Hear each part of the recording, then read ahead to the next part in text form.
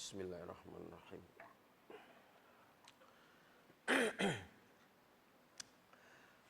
Assalamualaikum warahmatullahi wabarakatuh.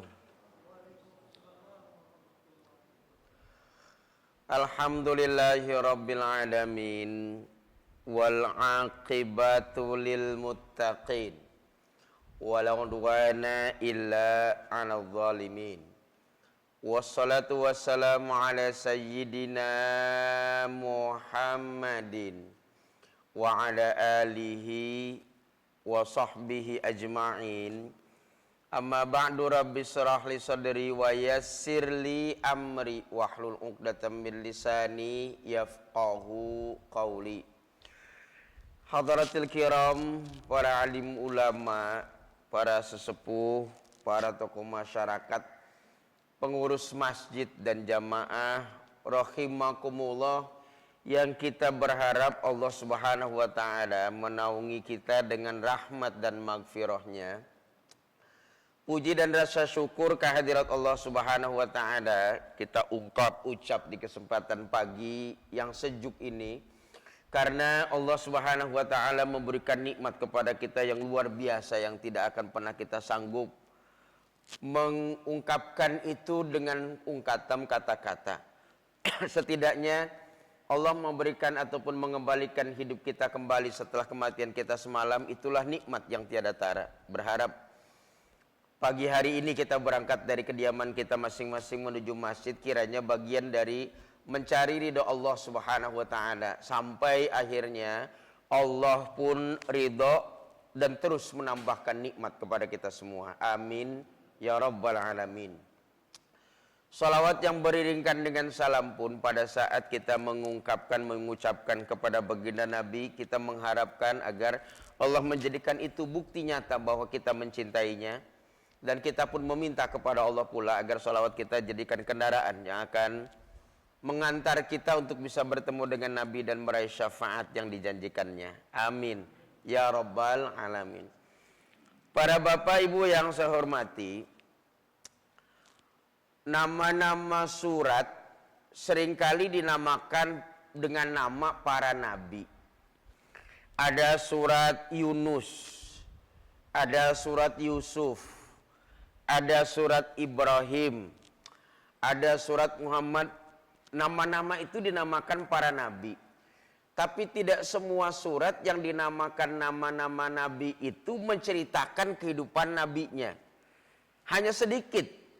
Katakan surat Yunus menceritakan Nabi Yunus itu, tapi tidak seutuhnya cerita Nabi Yunus dari mulai kecil, besar, sampai dengan beliau selesai hidup di dunia ini.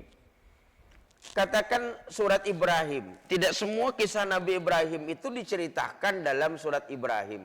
Berbagai macam persoalan ada dalam surat Ibrahim itu. Tapi ada satu surat yang dinamakan Nabi, ceritanya dia semua.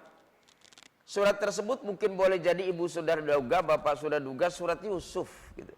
Surat Yusuf itu salah satu surat unik, dinamakan Yusuf, ceritanya tentang Nabi Yusuf dari awal sampai dengan akhir itu.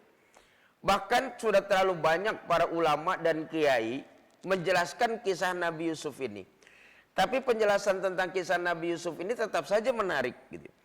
Yang paling populer dan mungkin boleh jadi kita menghafal kisah Nabi Yusuf itu, satu, Yusuf itu kan ganteng. Dua, Yusuf itu digoda oleh seorang perempuan. Kalau di Indonesianya kan terkenal Julaiha gitu. Kalau saya baca di kitabnya Zalikho gitu, bifathil zai, Zalikho. Itu masuk ke Indonesia jadi Julaiha, panggilan kecilnya Eha kalau lagi main sama teman-temannya tuh gitu ya.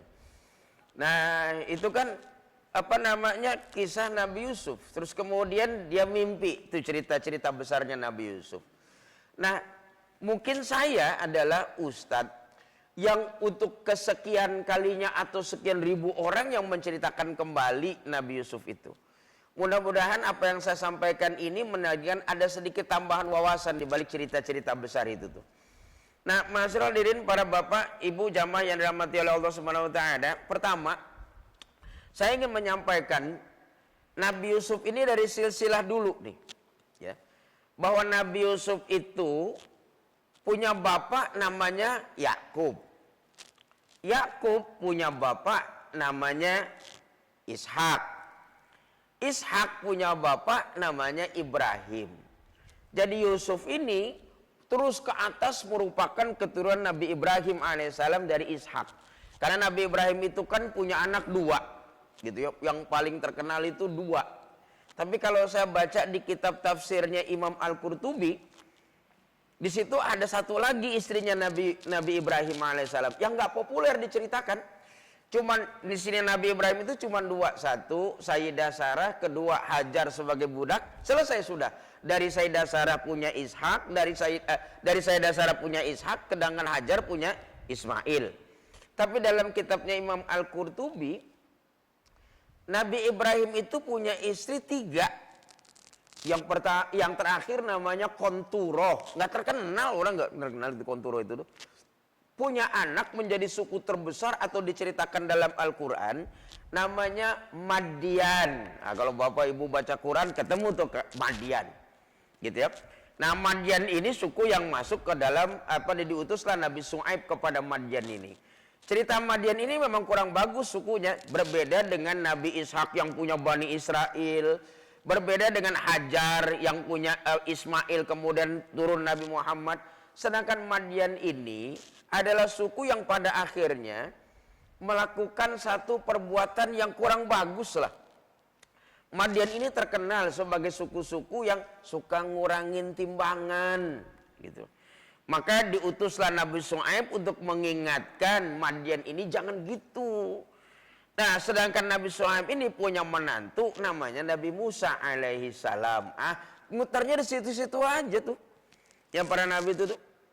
Nah, kembali saya sampaikan bahwa Nabi Yusuf ini punya bapak namanya Yakub, Yakub punya bapak namanya Ishak, Ishak punya bapak namanya Ibrahim.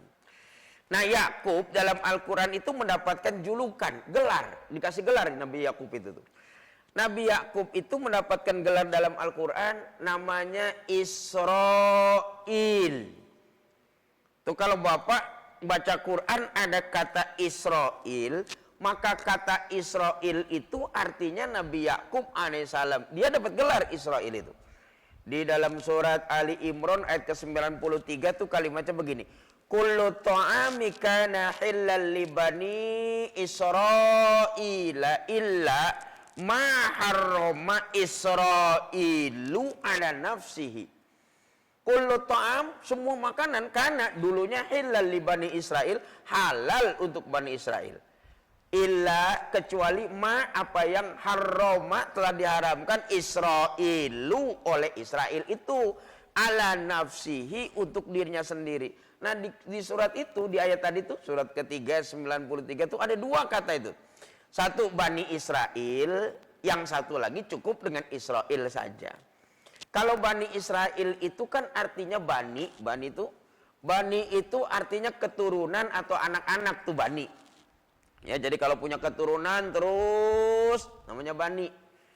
Saya di keluarga besar saya, nama kakek saya itu Muhammad Toha. Kemudian bikin WhatsApp grup. WhatsApp grup dikasih nama oleh saya itu. WhatsApp grupnya tuh Bani Muto. Gitu ya. WhatsApp grupnya namanya Bani Muto. Bani Muto itu maksudnya keturunan Muhammad Toha gitu. Mutonya itu Muhammad Toha gitu ya. Singkatan aja udah. Nah, itu ada bapak saya, terus kemudian adik-adiknya, uak saya, terus kemudian anak-anaknya, ke cucu-cucunya. Maka disebutlah itu Bani Muto, asal kata dari Muhammad Toha. Kalau Bani Israel, Bani anak Israilu, Israel. Siapa Israel itu? Israel adalah Nabi Yakub alaihissalam. Kenapa Nabi Yakub itu mendapatkan gelar Israel? Isra itu artinya kan jalan malam. Jalan malam aja. Maka Nabi kita pun pernah melakukan sekali-kalinya jalan malam gak tanggung-tanggung. Dari kota Mekah ke Palestina, naik ke atas langit Sidratil Muntaha, turun lagi ke Palestina, balik lagi ke kota Mekah, hanya kata sementara ulama sepertiga malam aja. Sampai-sampai segitu sebentarnya, kata sebagian ulama bilang, Nabi Muhammad berangkat Isra Mi'raj, kemudian balik lagi ke rumahnya, dia masih menemukan kasurnya masih dalam kondisi yang hangat selepas beliau pergi itu. Ada yang mengungkapkan demikian gitu ya. Wallahu alam gitu. Tapi yang jelas perjalanan beliau kan singkat, hanya sedikit. Kalau perjalanannya begitu panjang dan lama, bukan sebuah peristiwa yang mengagumkan itu sih. Tapi karena cepatnya peristiwa tersebut berjalannya luar biasa, maka peristiwa tersebut kan layak untuk kita peringati sebagai sesuatu yang menakjubkan. Nah, Bapak Ibu yang saya hormati, kembali Isra ini kan jalan malam. Kenapa Nabi Yakub ini sering jalan malam sehingga beliau mendapatkan Isra? Ini budaya masyarakat sebenarnya sih. Jadi Al-Quran itu mengadopsi atau mengabadikan budaya-budaya masyarakat yang terjadi pada masa tersebut, diceritakanlah kehidupan mereka itu, budayanya. Bukan berarti kita harus kembali kepada budaya itu, ini budaya. Gitu, semua orang pengennya kembali kepada Quran, semua yang ada di Quran kita kembali ke sana. Enggak juga kita bisa kembali kepada Quran. Karena Quran satu masa dia bercerita tentang budaya pada masa tersebut yang dilakukan oleh orang pada waktu itu. Budaya sekarang beda lagi sudah. Nabi Yakub jalan di malam hari. Kenapa Nabi Yakub memilih perjalanan malam gitu? Menurut sementara ulama tafsir, beliau memilih jalan malam itu kan menghindari panas. Ya. Jadi lebih enak jalan malam karena tidak tersengat matahari. Budaya orang dulu jalan malam karena menghindar sengatan matahari. Kita juga sekarang banyak yang jalan malam ngindarin macet. Kalau kita sih. Kan budaya tuh, sama jalan malamnya niatnya beda. Sementara Nabi, mungkin pernah saya bilang, Nabi Musa pada saat berangkat dia mencari Nabi Khidir, maaf. Jauh perjalanan Nabi Musa itu, sampai dengan Majma'al Bahrain, kamu jalan sampai dengan bertemu dengan dua buah lautan. Ada yang bilang Teluk Aqobah, dua lautan itu tuh. Jalan. Maka pesan Allah kepada Nabi Musa alaihissalam, kalau kamu melakukan perjalanan tersebut, bawa bekal dari rumah. Gitu. Bawa bekal dari rumah. Salah satu bekalnya bawa ikan ya. Di tafsirnya Imam Qurtubi, sekali lagi salah satu dari koleksi tafsir saya, Imam Qurtubi itu, ada catatan para ulama, percaya atau tidak catatan ini.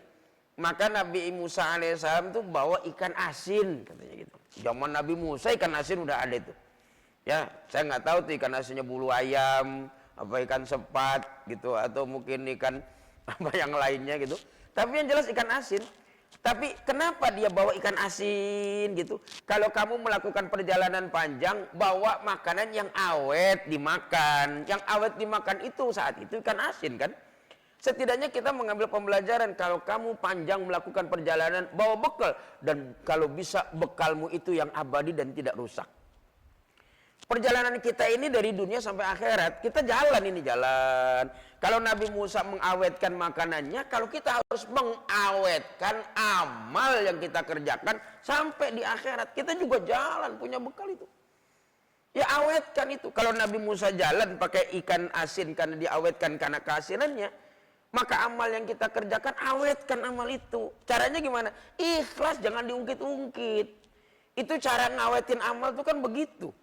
Kalau kita sudah melakukan satu perbuatan, ya selesai sudah. Nggak usah diungkit, nggak usah merasa paling top, nggak usah merasa hebat. Nanti sakit hati kamu itu. Karena belum tentu amal kita itu dihargain oleh orang lain. Ya karena belum tentu amal kita dibalas oleh orang lain. Sakit hati kamu itu. Ya sudah, biasa-biasa saja. Kamu syukur saja atas perbuatan saya sama dengan syukur kepada Allah. Dan berterima kasih kepada dirimu sendiri. Selesai sudah. Bukankah itu makna filosofinya? Kalau ada model dalam tanda petik nih, dalam tanda petik jangan sampai viral nggak benar. Kalau sampai kemudian ada Nabi Musa baru diperintahkan oleh Allah untuk melakukan perjalanan jauh. Sekarang nih, nabinya turun sekarang 2025. Terus Allah perintahkan melakukan perjalanan jauh. Kalau Nabi Musa diperintahkan bawa ikan asin atau bawa ikan, kalau Nabi sekarang beda lagi bisa jadi.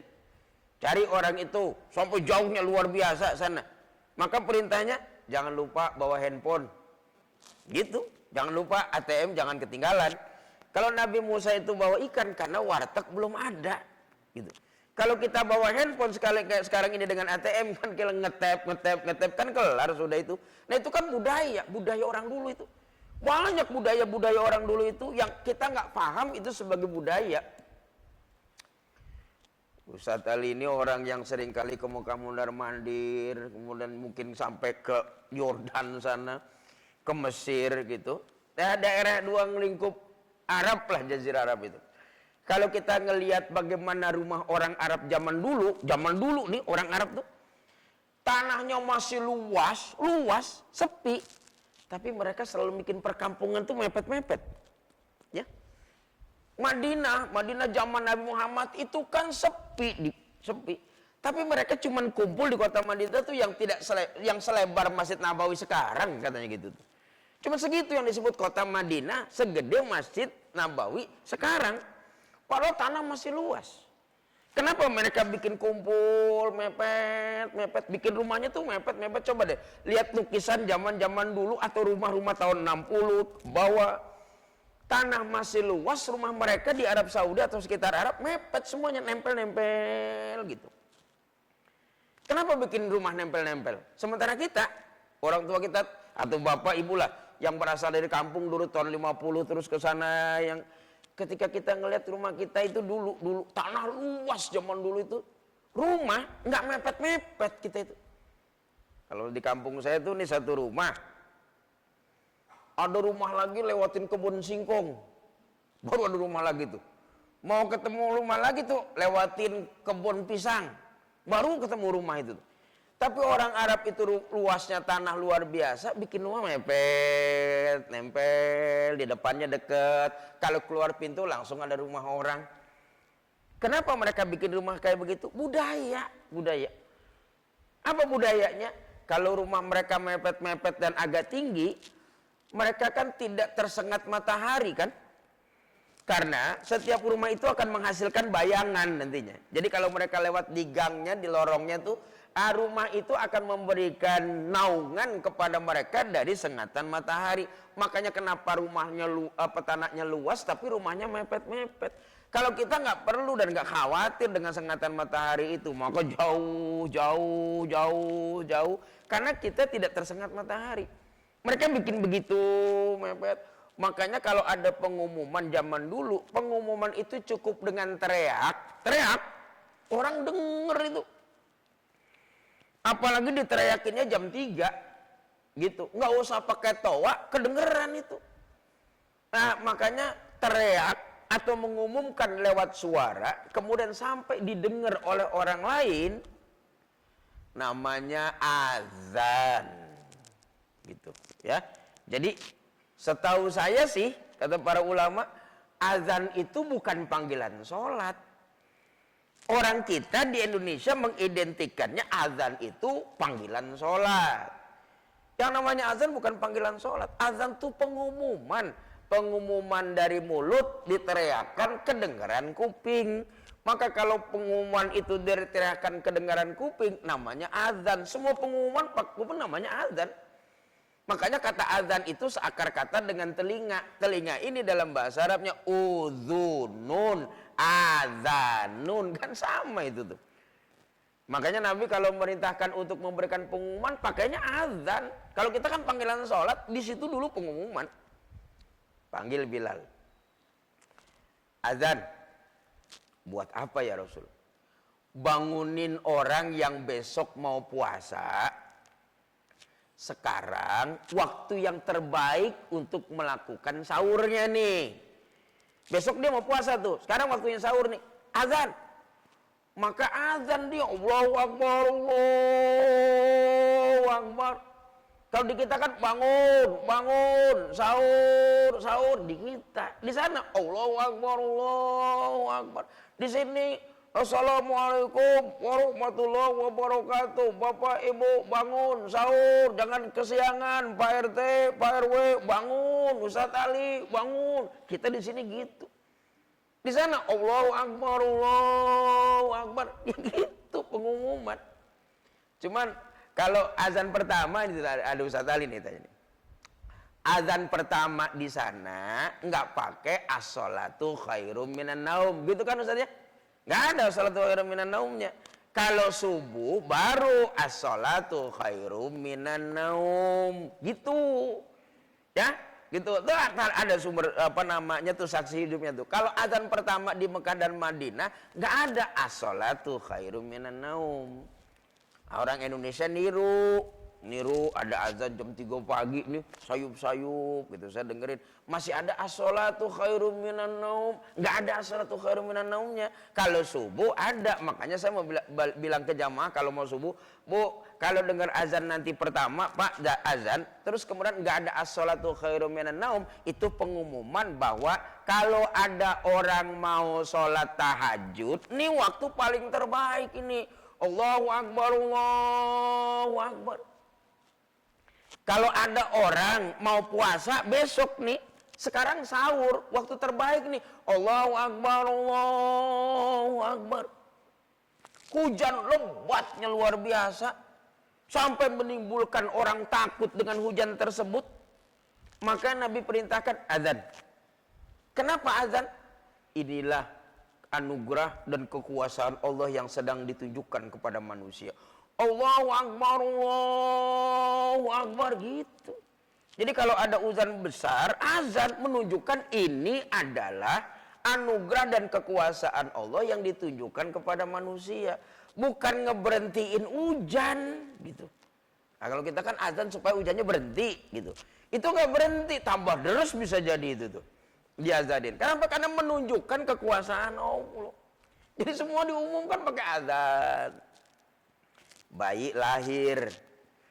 Inilah dari setetes air yang dianggap hina bagi manusia dan diremehkan, jadinya kayak begini loh, hebatnya luar biasa. Yang akan memberikan dampak dan pengaruh besar terhadap kehidupan dunia ini. Allahu Akbar, Allahu Akbar. Azanin lagi. Ya. Umar bikin kebijakan akhirnya. Di zaman Nabi Muhammad, kalau Nabi Muhammad sudah masuk ke masjid, semua orang ke masjid semua. Saking patuhnya kepada Nabi itu. Mereka masuk sebelum salat Jumat. Tapi begitu Nabi Muhammad diganti dengan Abu Bakar, maka orang sudah berbeda dengan pengganti Nabi Muhammad ini. Sampai-sampai dulu kalau Nabi Muhammad sakit, kemudian beliau tidak mengimami, orang bilang di masjid, saya nggak mau sholat kecuali Nabi Muhammad jadi imam. Maka beliau harus terpaksa jadi imam dalam kondisi sakit sambil duduk. Digantiin Abu Bakar, mereka nggak mau. Maka itu kan ketokohan Nabi Muhammad itu. Nabi Muhammad meninggal, orang tidak sama Abu Bakar sama dengan Nabi. Beda sudah. Akhirnya ketika zaman Umar, Islam masih makin berkembang, orang banyak, dagang jalan. Umar masuk ke masjid. Yang dagang tetap dagang aja. Di sekitaran rumah mereka tuh dagang aja. Beliau takut kalau seandainya nanti saat azan kumandang Jumat itu dikumandangkan, orang masih dagang, kan dosa itu tuh. Idza nudiya lis-salati min yaumil jum'ah fas'au ila dzikrillah wa dzalul bai'. Kalau azan salat Jumat itu sudah dikumandangkan, kamu masih dagang, tinggalin dagangan itu. Sebab kalau kamu masih transaksi sementara azan sudah berkumandang, dosa kamu itu. Ya. Nah, ini masih banyak yang dagang. Umar khawatir ini orang dagang nantinya lupa ini, tiba-tiba azan aja mereka dosa itu semua. Kasih peringatan. Kasih peringatan. Peringatan apa? Mau sholat Jumat sebentar lagi, rapi-rapi mejanya, gitu selesaikan, tutup ya. Sebenarnya mau sholat Jumat, umumin Jumatan ini setengah jam lagi kita mau laksanakan. Umumnya gimana? Allahu Akbar, Allahu Akbar. Di ujung-ujungnya tetap azan lagi. Ya, gitu. Bukan karena panggilan sholat, karena sholatnya belum dimulai. Tapi kenapa melaksanakan azan? Mengumumkan orang jangan atau khawatir nanti kamu dagang, dosa kamu itu pakai azan. Ya, tuh Ustaz Ali tuh. Kalau Jumatan azan baru pertama kali. Ini mah kebiasaan pembimbing biasa-biasa aja kan Ustaz Ali ya. Biasa kenapa? Baru azan pertama, tenang aja dulu. Tenang aja dulu. Ya orang sana tahu baru azan pertama. Tapi jamaah haji orang Indonesia atau yang umroh baru pertama kali, begitu azan pertama sholat Jumat langsung sholat Allahu Akbar. Gitu. Saya sampai Ustaz Ali suka bikin agar tuh. Begitu azan pertama kedengaran, langsung jangan ada yang sholat dulu ya. Kenapa jangan ada yang sholat dulu? Ini belum waktu Jumatan. Kalau Anda percaya dengan qobliyah, ini belum waktu Jumat soalnya. Entar azan berikutnya kalau mau qobliyahan yang yakin ada qobliyah Jumat, entar, jangan sekarang. Kenapa azan harus dikumandangkan sekarang? Sebentar lagi mau Jumatan loh. Kalau ada yang dagang tutup. Azan. Ya.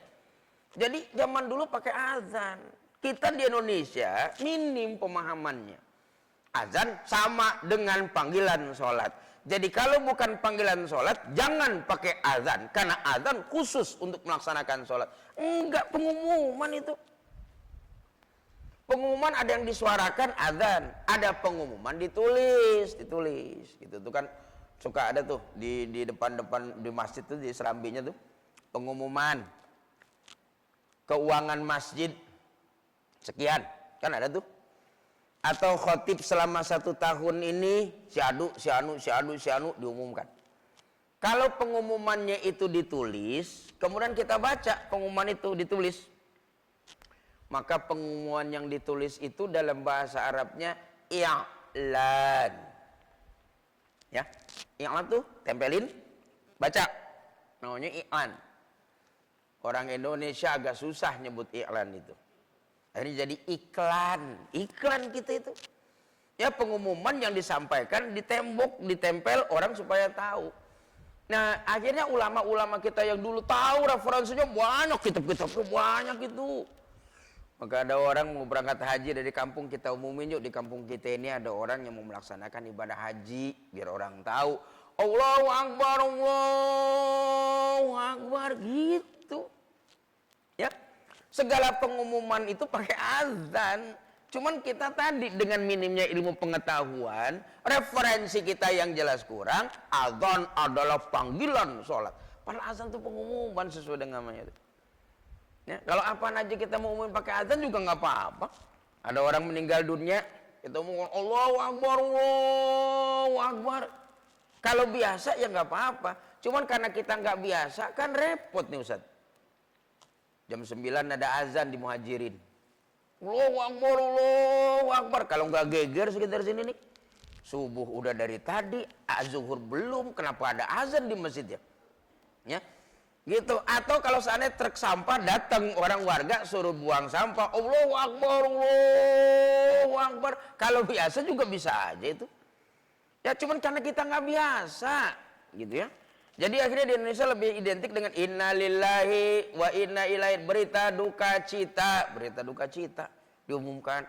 Di tempat saya tuh karena ada kebiasaan baru, dulu orang buang sampah di depan-depan gang jadi kotor gitu.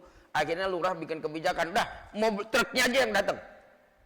Ya, jangan sampai buang sampah di sini, truknya diturunin langsung. Akhirnya kebudayaan baru tuh, truk datang baru orang keluar buang sampah, sehingga di depan gang, di mulut gang nggak ada sampah. Masjid ikut andil ngumumin truk sampah itu sudah datang. Hari pertama saya kaget ketika masjid itu ngumumin. Assalamualaikum warahmatullahi wabarakatuh. Berita sampah. Saya bilang berita sampah aja diumumin di masjid. Berita yang bagus-bagus, saya bilang gitu ya. Kenapa berita sampah sampai diumumin? Nggak taunya berita truk sampah datang. Bukan berita sampah. Kalau berita sampah jangan diumumin. Kan berita sampah jelek gitu ya. Ini mau berita sampah. Tapi sekarang ketika Assalamualaikum warahmatullahi wabarakatuh, para warga berita sampah. Saya tahu truk sampah udah datang itu. Nah itu pengumuman namanya.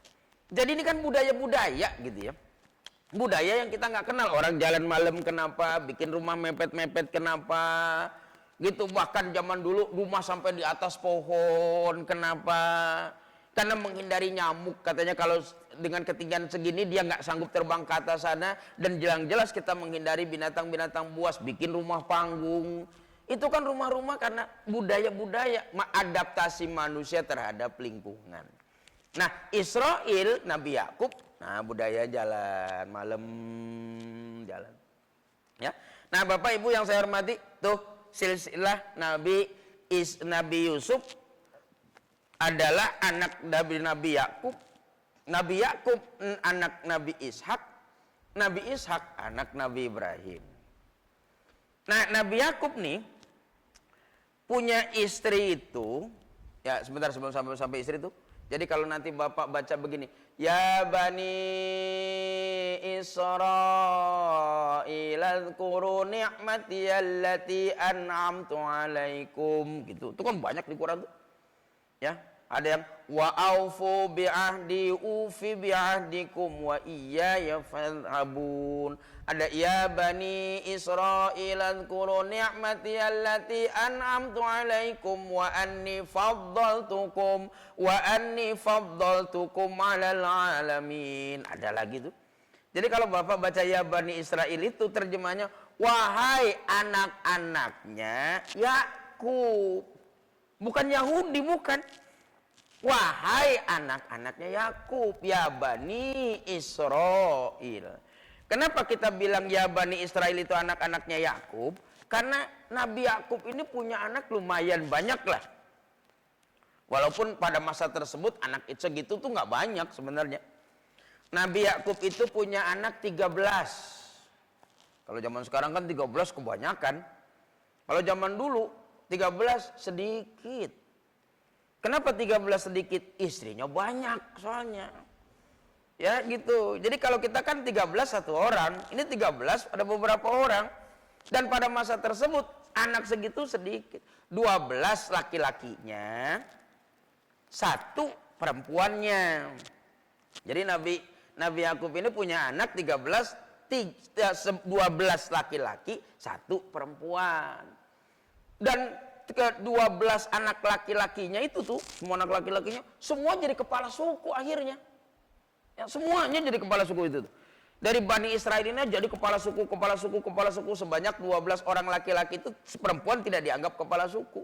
Maka akhirnya nanti koneksinya ketika Nabi Musa alaihissalam melakukan perjalanan dengan Bani Israil itu dan kemudian kepanasan air nggak ada, Nabi Musa minta kepada Allah.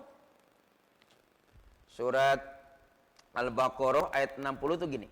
Wa idzistasqa Musa liqaumihi faqulna dharib bi'asakal hajar fanfajarat minhu ithnata asyarata aina qad alima kullu unasim mashrabahum. Gitu kalimatnya itu. Wa idzistasqa Musa, ingatlah ketika istisqa Nabi Musa minta air kepada Allah. Makanya sholat minta air namanya istisqa. Wa idistasqa, ketika Nabi Musa itu minta air kepada Tuhannya.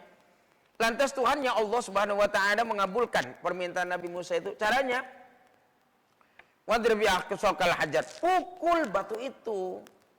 Begitu dia pukul, fangfajarat min husnata asyarata aina qad alima kullu unasim mashrabahum. Maka fangfajarat, muncullah 12 isnata asyarata aina, muncul 12 mata air. Kenapa jumlahnya 12? Karena kepala suku atau jumlah suku atau anak-anaknya Bani Israel ini jumlahnya 12 orang gitu. Dan Nabi Musa ini bagian dari Bani Israel. Karena Nabi Musa ini anak seorang perempuan namanya Luha. Luha punya bapak namanya Hanit. Hanit punya bapak namanya Levi. Levi punya bapak namanya Yakub. Nah gitu ketemu lagi tuh. Ya, jadi punya anaknya 13. Istrinya 4. Ya 4 dari 4 perempuan. Yang dinikahi karena rasa cinta. Dan memang nikah itu resmi 2. Yang 2, karena 4 nih, hadiah. Nah, 2 hadiah. Ibu jamaah yang saya hormati, zaman dulu perempuan itu hadiah itu. Ya, dihadiahin, kasih ke orang tuh. Nabi Yakub itu dapat 2 orang perempuan hadiah. Dan siapa ngasihin hadiah perempuan itu? Istrinya sendiri ngasih hadiah itu tuh. Ya, istri bisa ngasih ke suami hadiah. Maka zaman dulu kalau suami ulang tahun, istri nggak repot-repot pusing mikirin ngasih hadiah apanya kira-kira. Kasih perempuan beres sudah itu. Ya, zaman dulu itu. Kasih udah.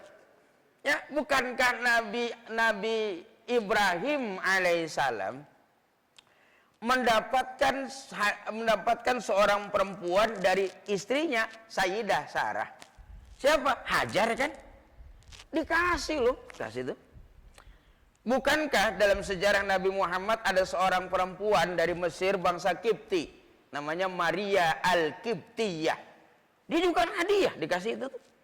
Jadi zaman dulu tuh perempuan hadiah kasih, dan itu masih ada yang memberlakukannya sampai saat ini, perempuan hadiah itu tuh. Sampai sekarang nih, tahun 2025. Sekarang nih, itu masih berlaku itu, dikasih hadiah gitu. Ya. Kalau ada orang ke sana, maka dia akan dihadiahkan perempuan itu. Saya mau bilang lokasinya ke bapak sekarang ini, saya nggak enak, takutnya pada ke sana semua ntar gitu. Ya gitu. Itu dikasih tuh.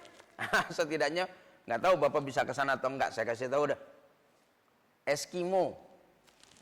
Suku mau berangkat ke situ, ke Eskimo situ ya. Ya gitu ya. Eskimo. Kalau bapak lihat sekarang nih, bapak ibu baca sejarahnya tuh sampai sekarang. Saya ngeliat di YouTube-nya tuh, suku Eskimo itu kalau kedatangan tamu, datang tamu orang asing, mampir dia ke suku Eskimo itu, maka sang kepala suku nih akan memberikan kepada tamunya untuk tidur bareng dengan istrinya. Bayangin tuh, dijamunya nggak tanggung-tanggung. Kalau kita kan cuma cemilan doang gitu ya, sama teh anget. Kalau dia mah beda. Begitu kita datang ke sana, maka sang tamu akan diberikan keistimewaan, silakan tidur dengan istri saya itu. Kalau si tamu nggak mau, marah kepala sukunya itu. Kenapa marah kepala sukunya? Karena Anda menganggap istri saya tidak cantik. Gitu, dikasih tuh sampai sekarang. Nah kalau mau berangkat nih, sana tuh Eskimo. Gitu berangkat. Gitu. Ada sementara satu yang agak deketan India. Ya, itu masih memperlakukan tuh. Ya. Kalau seorang suami menikah maka istrinya bisa, bisa digauli oleh bapaknya, oleh adiknya, oleh kakaknya. Oh, enggak dia kok. Itu perempuan tuh. Jadi zaman dulu begitu, dan itu sebuah kebiasaan yang dianggap baik pada zaman dulu, itu baik. Makanya sesuatu yang baik pada masa tersebut tidak baik menurut orang sekarang. Makanya kalau ngaji ikutin sejarahnya, jangan bilang Islam jelek lah, nggak bagus lah. Budaya pada masa dulu itu sebagai sesuatu yang baik. Budaya kita sudah lama nggak ngerti itu sebagai budaya, kita anggap buruk. Ya, idza sa'a munkaron soru ma'rufan, itu kan ilmu sosial namanya. Kalau kemunkaran itu berlaku sepanjang masa terus kamu kerjakan, maka apa yang kamu anggap munkar berubah menjadi ma'ruf. Kalau ma'ruf yang baik terlalu kamu tinggalkan terlalu lama, yang budaya baik itu, suatu masa ketika kamu akan mengulang melakukan budaya baik dianggap jelek itu. Dulunya baik, kelamaan kita tinggalkan jadi jelek. Jelek terlalu sering kita kerjakan jadi baik anggapan masyarakat itu. Ya. Jadi Nabi Yakub ini punya istri 4. Istri pertama dan kedua ini Nabi Yakub nikah kakak beradik sekaligus. Kakak beradik. Zaman Nabi Yakub tuh nikahin kakak sama adiknya sekaligus. Boleh. Berpoligami dengan 2 orang saudara perempuan. Kakaknya dinikahin, adiknya dinikahin sekaligus pada masa yang bersama. Boleh. Zaman Nabi Yakub. Zaman Nabi Muhammad nggak boleh. Jangan kamu berpoligami atau mengumpulkan 2 orang istri illa ma qad salaf, kecuali itu kejadian di masa lalu. Kenapa dibilang kejadian masa lalu? Di kejadian masa lalu perempuan 2 kakak beradik boleh menjadi istri dari seorang laki-laki. Salah satu pelakunya Nabi Yakub. Saya baca di sejarah, saya bisa mempertanggungjawabkan itu, ada di tafsirnya Imam Al-Qurtubi. Nabi Yakub ini senang dengan adiknya sebenarnya sih. Senang dengan adiknya. Namanya Rohil. Rohil. Gitu tuh adiknya tuh. Kakaknya namanya Lea. Ya kakak beradik, kakaknya Lea, adiknya Rohil. Rohil ini kemudian bias kita menebutnya sekarang jadi Rachel. Ya, dulunya Rohil. Bias sebutnya Rachel. Nah, sekarang ditambahin jadi Maryam. Jadilah Rachel Maryam. Ada tuh. Ya gitu. Karena Maryam tuh nama zaman dulu itu. Maryam zaman para nabi. Maryam itu artinya perempuan yang taat. Maryam. Biasa sananya itu dulu. Kalau bahasa Arabnya mar'ah muti'ah, perempuan yang taat. Kalau dulu Maryam adalah perempuan yang taat. Rachel seneng Nabi Yakub ini. Tapi untuk menghormatinya, bapaknya menikahkannya atau mertuanya menikahkannya dengan sang kakak lebih dulu. Yang rasa cinta Nabi Yakub tidak sama antara Rachel dengan Lea, lebih seneng ke Rachelnya. Maka nikahilah kakaknya ini. Dari kakaknya ini yang dia terlalu suka, katanya muncullah 7 anak. Saya begitu baca tafsirnya, nggak suka aja anaknya 7, saya bilang gitu ya. Gimana dia suka ini gitu? Ya, dibilang nggak sukanya, senangnya kepada adiknya. Kenapa yang nggak begitu senang sampai 7 gitu? Sedangkan yang senang Rachel punya anak cuma 2. Seneng aja cuma 2, nggak begitu suka 7. Itu kan akhirnya saya mengambil kesimpulan begini, bukan menghina Nabi Yakub, nggak naudzubillah min dzalik. Yang namanya keturunan itu betul-betul mutlak milik Allah. Bukan karena kamu berhubungan dengan wanita yang senang, yang kamu cintai, kemudian kamu banyak anak, enggak. Kamu berhubungan dengan seorang perempuan yang tidak kamu sukai pun, kalau jadi anak ya jadi itu. Karena ketetapan Allah, bukan karena dominasi rasa senang kamu berhubungan punya anak, enggak. Bukan itu kan menandakan betapa kuasanya Allah itu. Ya, dari Lea ini muncul 7 anak. Nama anaknya yang 7 ini nih, 1. Namanya lahir dari Lea ini. 1 namanya Ruben. Nggak pakai onsu, yang onsu mah sekarang. Ruben. Nah, jadi Ruben tuh nama zaman dulu tuh, Ruben tuh. Anaknya Nabi Yakub tuh Ruben. Ya. Nah tuh, kedua namanya Syamun, di kitabnya Syamun. Kemudian bias menjadi Simon Peres, ya gitu. Simon tuh biasa dari Syamun. Kalau kitabnya Syamun, bias menjadi Simeon atau Simon. Terus ketiga, namanya anak Nabi Yakub itu Levi. Nah ini dari Nabi Musa ntar ketemu ke sini nih, Levi itu. Ya. Saya iseng-iseng aja, nggak ngejelekin, enggak, cuma iseng-iseng aja. Ibunya Lea, anaknya Levi. Ini hubungannya sama celana jeans kira-kira ada nggak ya, gitu ya. Gitu ya, 1 Lea, 1 lagi Levi gitu, Levi's. Ya, itu Levi. Nah yang berikutnya nih, yang cukup populer, Yahuda. Nah ini nih yang akan muncul jadi Yahudi itu. Jadi Bani Israel itu bukan Yahudi. Bani Israel itu anaknya Nabi Yakub. Enggak semuanya Yahudi itu. Ada Yahuda. Terus kemudian ada lagi Isakhor. Isakhor dalam catatan kitab itu tuh. Berikutnya yang ke-6 Zebulun. Gitu, Zebulun. Saya mikir-mikir Zebulun ini jangan-jangan Simbolon ini masuk ke Indonesia ini, saya bilang gitu ya. Karena biasa semua kan gitu ya. Samun aja jadi Simon kok gitu ya. Rahel aja jadi Rahel kok. Ini Zebulun, Simbolon ini jangan-jangan kebanyakan tinggalnya di Medan ini kayaknya gitu. Ya gitu. Terus anaknya yang perempuan cuma 1, namanya Dina. Perempuan tuh, satu-satunya anaknya namanya Dina. Nah, lantas Nabi Yakub alaihissalam menikah dengan istri keduanya, Rachel. Muncullah 2 anak, namanya Yusuf dan Benyamin. Populer kan, Benyamin. Makanya Benyamin nama lama itu, sampai ada Benyamin Netanyahu gitu. Nama zaman dulu itu, nama lawas, nama kuno.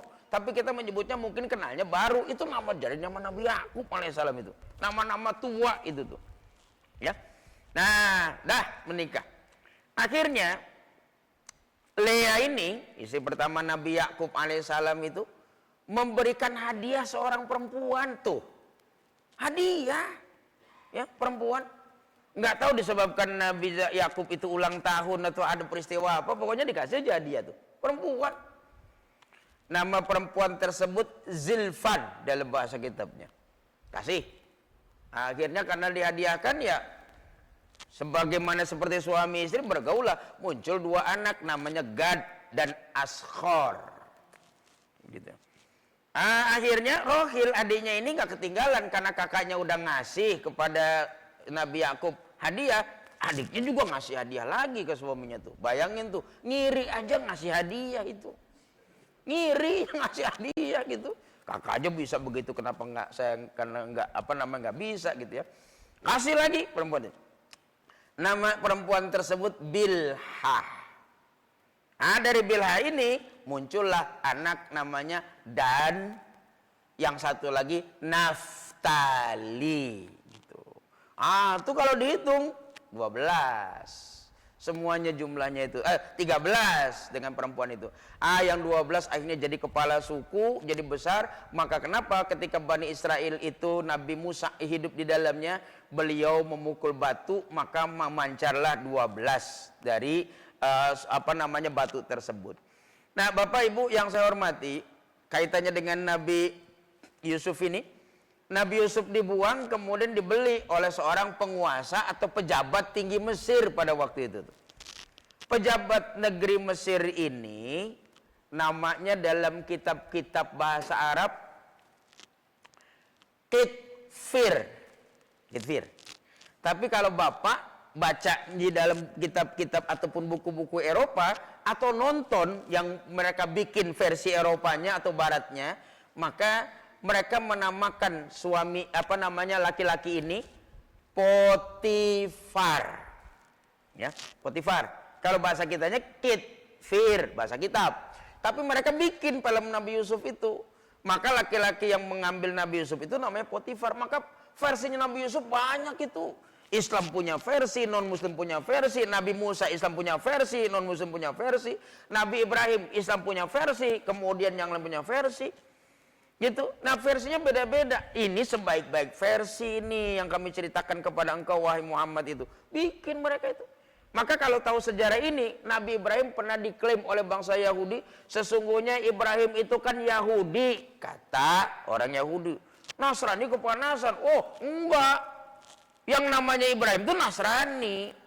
Dari sini kita ketahuan Nabi Ibrahim itu bukan Yahudi, bukan Nasrani. Wong Yahudinya baru muncul ketika masa Nabi Yakub kok. Ibrahim kan di atasnya. Ya, Ibrahim di atasnya. Terus orang Yahudi ngokom, oh Ibrahim Yahudi. Gimana Yahudinya? Wong bapak lu belum lahir, Ibrahim udah ada gitu loh. Masa kamu klaim Yahudi? Masa kamu klaim Nasrani?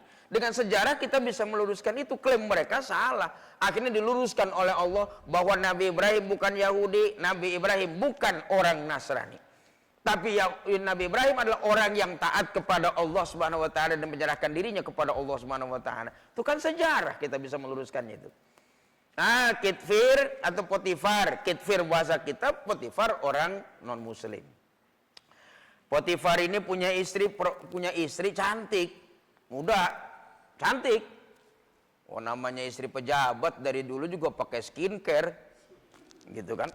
Mulus, bersih, kemudian cantik wanita ini. Dikenallah tadi dalam bahasa kitabnya Zalikho, orang kita bilang Julaiha, gitu ya. Nah, Nabi Yusuf punya hasrat dengan Julaiha ini juga. Ya, walaqad hammat bihi wa hamma biha, kalimatnya. Saya bukan ingin menjelekkan Nabi Yusuf. Naudzubillah. Semua naudzubillah. Enggak, sebab sekarang kan gampang nih dipelintir gitu ya. Gitu nganggap meniskakan agama, melecehkan Nabi. Enggak, naudzubillah min dzalik. Gitu. Saya hanya sekedar membacakan kitab tersebut gitu ya. Nah, akhirnya ada rasa dan kemudian terjadilah kontroversi, Nabi Yusuf ini menikah atau tidak menikah dengan Zulaikha ini. Ada ulama yang bilang, enggak, Nabi Yusuf enggak pernah menikah dengan Zalikho, nikahnya dengan yang lain. Kenapa? Zalikho itu orang tidak baik, masa Nabi beristri orang tidak baik? Mustahil, begitu kata mereka itu. Ulama yang lain mendukung, ada, dan dia menikah dengan Zulaikha itu tuh, punya anak dia. Karena pada dasarnya Zulaikha ini, sementara ulama bilang, adalah seorang perempuan yang suaminya tidak berfungsi sebagai laki-laki, makanya nggak punya anak. Nah, Nabi Yusufnya ganteng, Zulaikhanya cantik. Bukankah ada hasrat itu? Sehingga akhirnya pada masa setelah Nabi Yusuf alaihissalam sudah menjadi penguasa pada masa tersebut, ketemu lagi dengan Zulaikha dan akhirnya dia menikah. Wallahu alam. Sehingga dalam persoalan pernikahan seringkali ada doa, wa alif bainahuma kama alafta baina Yusuf wa Zulaikha, gitu. Ya. Saya melepas diri dari kontroversinya dan jangan dianggap bahwa ini melecehkan agama. Enggak, silakan saja bisa dibuka kitab tafsirnya Imam Al-Qurtubi itu. Nah, terakhir setelah jadi penguasa Nabi Yusuf pun wafat. Ya, Nabi Yusuf wafat itu semua orang merasa kehilangan dengan Nabi Yusuf ini. Akhirnya setiap orang, setiap suku pengen Nabi Yusuf ini punya kita. Maka diklaimlah Nabi Yusuf meninggal dunia, maka suku di sini minta Nabi Yusuf dikubur di sini. Orang bilang kalau zaman sekarang Kelapa Gading pengen Nabi Yusuf ada di Kelapa Gading, minta Nabi Yusuf harus di Kelapa Gading. Orang Cempaka Putih ngiri, nggak bisa. Nabi Yusuf harus dikubur Cempaka Putih. Orang Senen ngamuk. Wah, nggak bisa. Nabi Yusuf harus dikubur di Senen. Semua orang merebut makam Nabi Yusuf itu. Sehingga akhirnya melalui musyawarah diputuskanlah Nabi Yusuf akhirnya wafat dan dikebumikan dengan cara ditenggelamkan di Sungai Nil. Ya, jadi pakai batu peti matinya, taruh dimasukin ke dalam batu, maka ditenggelamkanlah Nabi Yusuf alaihissalam di sungai ini itu. Kenapa ditenggelamkannya? Kalau Nabi Yusuf ditenggelamkan, terus kemudian nanti air sungai Nil ngalir, kan lewat Cempaka Putih kita tetap dapat keberkahan Nabi Yusuf kan? Orang Senen kan juga lewat Senen juga. Nah, orang Senen dapat keberkahan Nabi Yusuf. Kan ada orang pasar Minggu lewat, dapat juga saya ini nih. Maka kalau gitu disitulah cara yang paling adil, mereka tetap mendapatkan keberkahan dari Nabi Yusuf meskipun Nabi Yusuf sudah meninggal dunia. 400 tahun kemudian kurang lebih Nabi Musa melakukan perjalanan pulang ke kampung halaman Palestina, karena aslinya Bani Israel itu kan Palestina. Ya. Karena Nabi Yakub kan tinggalnya di Palestina. Jadi aslinya Bani Israel ya Palestina. Orang pertama Bani Israel yang tinggal di Mesir adalah Yusuf alaihissalam. Itu orang pertama itu tuh, karena dibawa oleh orang-orang dan tinggal di kota Mesir.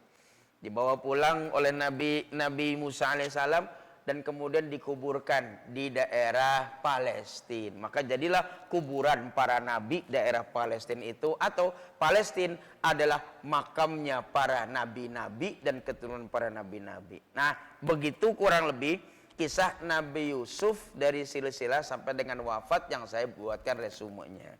Pada pertemuan berikutnya ada kalimat-kalimat atau ayat-ayat Al-Quran yang memberikan pembelajaran besar dari kisah Nabi Yusuf alaihissalam.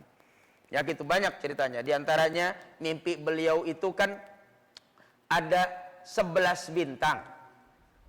1 matahari dan 1 bulan kok sujud ya kepadaku itu tuh. Gitu kan? Itu Nabi Yusuf ketika kecil. Lantas kemudian kejadiannya apa? 11 bintang, 1 matahari, 1 bulan sujud kepada Nabi Yusuf alaihissalam. Nanti ketika Nabi Yusuf dewasa dan menjadi seorang penguasa, akhirnya Nabi Yusuf ditemukan oleh bapaknya dan keluarga-keluarganya, dan Nabi Yusuf minta mereka jalan ke sini ke Mesir, dipanggil. Maka sampai di Mesir mereka naik singgasana Nabi Yusuf alaihissalam. Kemudian semua orang yang tadi saya sebutkan itu, bapaknya yang dilukiskan dengan matahari, ibunya yang dilambangkan dengan bulan, bintang yang 11 dilambangkan saudara-saudaranya Nabi Yusuf alaihissalam, semua di singgasana tersebut sujud kepada Nabi Yusuf alaihissalam sebagai bentuk penghormatan kepada Nabi Yusuf alaihissalam. Maka disitulah ketika kecil Nabi Yusuf bilang, kok aku ngimpi aneh ya, ada 11 bintang, 1 matahari, 1 bulan, kok semuanya sujud kepadaku. Sekian puluh tahun ke depan kejadian, 11 saudaranya, 1 bapaknya, 1 ibunya, Lea. Karena Rachel sudah meninggal dunia, di atas singgasana Nabi Yusuf alaihissalam mereka sujud memberikan penghormatan kepada Yusuf alaihissalam. Itulah takbir mimpi itu. Ya, jadi bukan main-main mimpi tersebut gitu. Kita kenalin cuma ada 11 bintang, 1 bulan, 1 hari sujud. Maknanya seringkali kita tidak tahu maknanya apa sih. Maka maknanya sekian puluh tahun kemudian begitulah. Nah, itu sebagian dari kisah Yusuf alaihissalam. Insya Allah pada pertemuan berikutnya saya mencoba meresumekan ayatnya itu untuk kemudian disajikan menjadi pembelajaran besar, sehingga akhirnya saya nulis untuk saya pribadi Nabi Yusuf itu tuh saya resumekan. Akhirnya jadilah Yusuf, ujian dan cobaan sebagai jalan menuju kesuksesan. Sehingga orang yang difitnah bukan berarti dia bisa ditenggelamkan. Fitnah bisa menjadikan seorang naik ke atas itu. Ya, fitnah. Gitu. Makanya silakan saja fitnah. Maka bisa jadi orang yang Anda fitnah lebih tinggi derajatnya dibanding yang memfitnah. Sebagaimana Nabi Yusuf sudah difitnah oleh keluarganya, tapi bukankah Nabi Yusuf akhirnya meloncat atau melambung lebih tinggi dibandingkan dengan saudara-saudaranya. Nabi dulu kisah Nabi Muhammad SAW, istrinya Aisyah difitnah karena diduga berselingkuh dengan seorang laki-laki, Sofwan bil Mu'attal.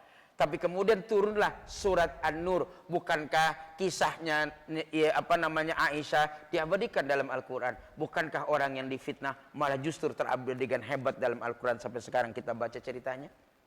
Maka silakan saja fitnah orang itu. Bisa jadi orang yang kita fitnah, dia diangkat oleh Allah derajatnya dibanding kita yang memfitnah. Begitu kurang lebih cerita dalam Al-Quran memberikan wawasan kepada kita semua. Mungkin ada satu atau dua pertanyaan berkaitan dengan ini yang saya sih menduganya nggak ada, soalnya saya jelasinnya jelas benar, soalnya masa ya ada nanya sih gitu. Silakan Pak Ibu, ada pertanyaan? Silakan. Kalau beliau nggak nanya di pengajian nggak ngaji kita ini.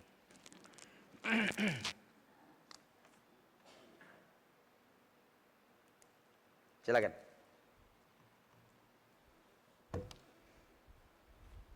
Nyala belasnya? Ya. Mungkin langsung saja deh. Waalaikumsalam warahmatullahi wabarakatuh.